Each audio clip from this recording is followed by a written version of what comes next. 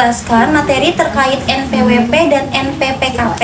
Materi pertama yang akan dibahas yaitu definisi dari NPWP, yaitu nomor yang diberikan kepada wajib pajak sebagai tanda pengenal atau identitas bagi setiap wajib pajak dalam melaksanakan hak dan kewajibannya di bidang perpajakan.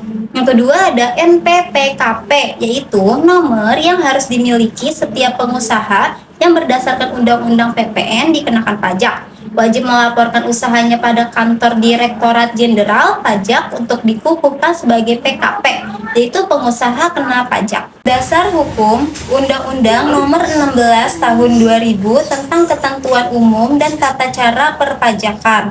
Selanjutnya ada fungsi NPWP dan NPPKP. Fungsi NPWP yang pertama yaitu sebagai sarana dalam administrasi perpajakan. Yang kedua sebagai identitas wajib pajak. Yang ketiga menjaga ketertiban dalam pembayaran pajak dan pengawasan administrasi perpajakan. Selanjutnya ada fungsi NPPKP. Yang pertama yaitu untuk mengetahui identitas PKP yang sebenarnya. Yang kedua untuk melaksanakan hak dan kewajiban di bidang PPN dan PPNBM. Yang ketiga, untuk pengawasan terhadap administrasi perpajakan. Selanjutnya, ada prosedur pendaftaran NPWP, kantor pelayanan, pajak KPP atau kantor penyuluhan dan pengamatan potensi perpajakan KP4 terdekat yang berada di wilayah tempat tinggal secara online melalui e-register. Pendaftaran NPWP harus disertai lampiran sebagai berikut. Yang pertama, untuk wajib pajak orang pribadi, non-usahawan fotokopi KTP bagi penduduk Indonesia atau fotokopi paspor, ditambah surat keterangan tempat tinggal dan instansi. Yang berwenang minimal lurah atau kepala desa bagi orang asing.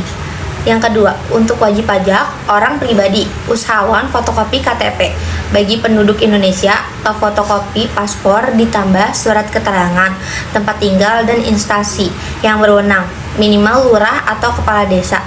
Bagi orang asing, surat keterangan tempat kegiatan, usaha, atau pekerjaan bebas dari instansi yang berwenang, minimal lurah atau kepala desa. Selanjutnya, yang ketiga, untuk wajib pajak badan fotokopi, akte pendirian dan perubahan terakhir atau surat keterangan penunjukan dari kantor pusat bagi BUT, fotokopi KTP bagi penduduk Indonesia atau fotokopi paspor, ditambah surat keterangan tempat tinggal dari instansi yang berwenang, minimal lurah atau kepala desa bagi orang asing dari salah satu pengurus aktif. Surat keterangan tempat kegiatan usaha atau pekerjaan bebas dari instansi yang berwenang, minimal lurah atau kepala desa. Yang keempat, untuk bendaharawan sebagai pemungut atau pemotong. Yang pertama, fotokopi KTP, bendaharawan, fotokopi surat petunjukan sebagai bendaharawan. Yang kelima, untuk joint operation sebagai wajib pajak, pemotong atau pemungut. Fotokopi janjian kerjasama sebagai joint operation, fotokopi NPWP masing-masing anggota joint operation, fotokopi KTP bagi penduduk Indonesia atau fotokopi paspor ditambah surat keterangan tempat tinggal dari instansi yang berwenang, minimal lurah atau kepala desa bagi orang asing dari salah seseorang pengurus joint operation. Yang keenam, wajib pajak dengan status cabang orang pribadi, pengusaha tertentu, atau wanita kawin tidak bisa harta harus melampirkan fotokopi surat keterangan terdaftar. 7. Apabila permohonan ditandatangani oleh orang lain, maka harus disertai surat kuasa khusus. Berikutnya adalah tempat pelaporan usaha PKP. Yang pertama ada bagi pengusaha orang pribadi, berkewajiban melaporkan usahanya ke kantor Direktorat Jenderal Pajak yang wilayah kerjanya meliputi tempat tinggal pengusaha dan tempat kegiatan usaha yang dilakukan. Lalu yang kedua ada bagi pengusaha badan, berkewajiban melaporkan usahanya ke kantor Direktorat Jenderal Pajak yang wilayah kerjanya meliputi tempat tinggal pengusaha dan tempat kegiatan usaha dilakukan.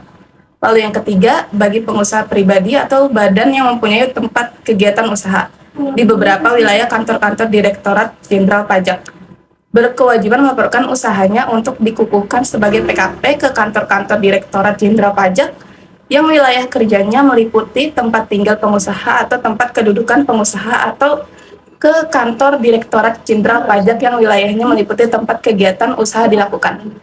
Lalu yang terakhir ada bagi PKP tertentu.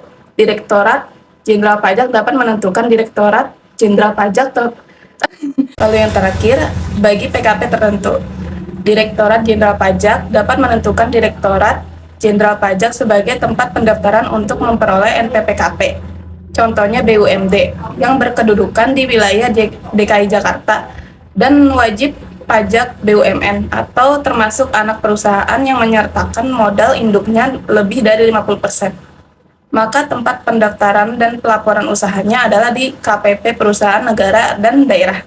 Lalu yang terakhir ada notes, yaitu dalam hal wajib pajak melakukan pendaftaran sekaligus melaporkan usahanya untuk dikukuhkan sebagai PKP.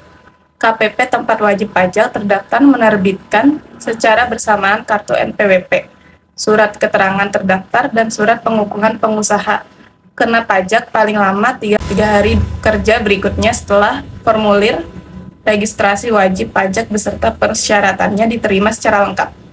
Selanjutnya yaitu penghapusan NPWP dan NPPKP. Pengertian penghapusan di sini adalah tindakan menghapus NPWP dan NPPKP dari tata usaha kantor pelayanan pajak. Ketentuan-ketentuan khusus dan syarat-syarat penghapusan NPWP adalah sebagai berikut. Yang pertama, wajib pajak meninggal dunia dan tidak meninggalkan warisan. Fotokopi akta kematian. Yang kedua, laporan kematian dari instansi yang berwenang, wanita kawin, tidak dengan perjanjian pemisahan harta dan penghasilan. Harus ada surat nikah atau akta perkawinan dari catatan sipil. Yang ketiga, warisan yang belum terbagi dalam kedudukan sebagai subjek pajak. Bila telah dibagi, harus ada surat keterangan selesai pembagian warisan tersebut. Yang keempat, wajib pajak badan yang telah dibubarkan secara resmi disyaratkan adanya akta pembubaran. Yang kelima, bentuk usaha tetap atau BUT. Yang kelima yaitu bentuk usaha tetap atau BUT yang kehilangan statusnya sebagai BUT. Harus ada permohonan wajib pajak yang dilampiri dokumen yang mendukung. Yang keenam, wajib pajak orang pribadi lainnya yang tidak memenuhi syarat lagi sebagai wajib pajak. Adapun pencabutan pengukuhan pengusaha kena pajak atau PKP. Yang selanjutnya yaitu syarat-syaratnya adalah sebagai berikut. Yang pertama, pengusaha kena pajak pindah alamat. Yang kedua, badan yang telah dibubarkan secara resmi. Pengusaha kena pajak lainnya yang tidak memenuhi syarat lagi sebagai pengusaha kena pajak. Selanjutnya, catatan khusus tentang NPWP. Yang pertama, wajib pajak yang berpenghasilan lebih kecil dari penghasilan tidak kena pajak atau PTKP atau hanya memperoleh penghasilan dari satu pemberi kerja tidak wajib mempunyai NPWP. Yang kedua, apabila wajib pajak sebenarnya tidak wajib ber-NPWP, tapi jika memerlukan bisa mendaftarkan diri.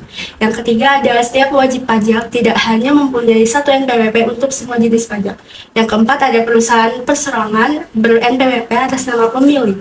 Yang kelima, untuk badan yang baru berdiri sebaiknya tetap mempunyai NPWP karena apabila rugi dapat dikompensasikan pada tahun berikutnya. Selanjutnya, wajib pajak pindah. Dalam hal wajib pajak pindah domisili atau pindah tempat kegiatan usaha, wajib pajak melaporkan diri ke kantor pelayanan pajak atau PKPP lama maupun kantor pelayanan pajak atau PKPP dengan ketentuan. Yang pertama ada wajib pajak orang pribadi usahawan, pindah tempat tinggal atau tempat kegiatan usaha atau pekerjaan bebas adalah surat keterangan tempat tinggal baru atau tempat kegiatan usaha atau pekerjaan bebas yang baru dari instansi yang berwenang atau lurah atau kepala desa. Yang kedua, wajib pajak orang pribadi non-usaha, surat keterangan tempat tinggal baru dari lurah atau kepala desa atau surat keterangan dari pimpinan instansi pemerintahan. Yang ketiga, wajib pajak badan, pindah tempat kedudukan atau tempat kegiatan usaha adalah surat keterangan tempat kedudukan atau tempat kegiatan yang baru dari lurah atau kepala desa. Selanjutnya, setelah surat pernyataan pindah beserta persyaratannya diserahkan, sebagai tindak lanjutnya, kantor pelayanan pajak atau PKPP akan yang pertama ada menerbitkan surat pindah untuk diberikan kepada wajib pajak paling lama pada hari kerja berikutnya setelah surat pernyataan pindah diterima untuk diserahkan ke kantor pelayanan pajak atau KPP yang baru dalam surat pernyataan pindah beserta persyaratannya secara lengkap disampaikan ke kantor pelayanan pajak atau KPP lama. Yang kedua, menerbitkan surat keterangan terdaftar paling lama pada hari kerja berikutnya dalam hal surat pernyataan pindah beserta persyaratannya secara lengkap disampaikan ke kantor pelayanan pajak atau KPP baru atau setelah menerima surat pindah dari wajib pajak. Akhir ada sanksi. Yang pertama, sebagaimana yang diatur dalam pasal 39 Undang-Undang Nomor 16 Tahun 2000 tentang perubahan kedua atas Undang-Undang Nomor 6 Tahun 1983 tentang ketentuan umum dan tata cara perpajakan bahwa bagi wajib pajak dengan sengaja tidak mendaftarkan diri atau menyalahgunakan atau menggunakan tanpa hak NPWP pengukuran PKP sehingga dapat menimbulkan kerugian pada pendapatan negara, diancam dengan pidana penjara selama 6 tahun dan denda paling tinggi 4 kali jumlah pajak terutang yang tidak atau kurang dibayar. Pidana tersebut dilipatkan 2 kali apabila seseorang melakukan lagi tindak pidana di bidang perpajakan sebelum lewat 1 tahun terhitung sejak selesainya menjalani pidana penjara yang dijatuhkan.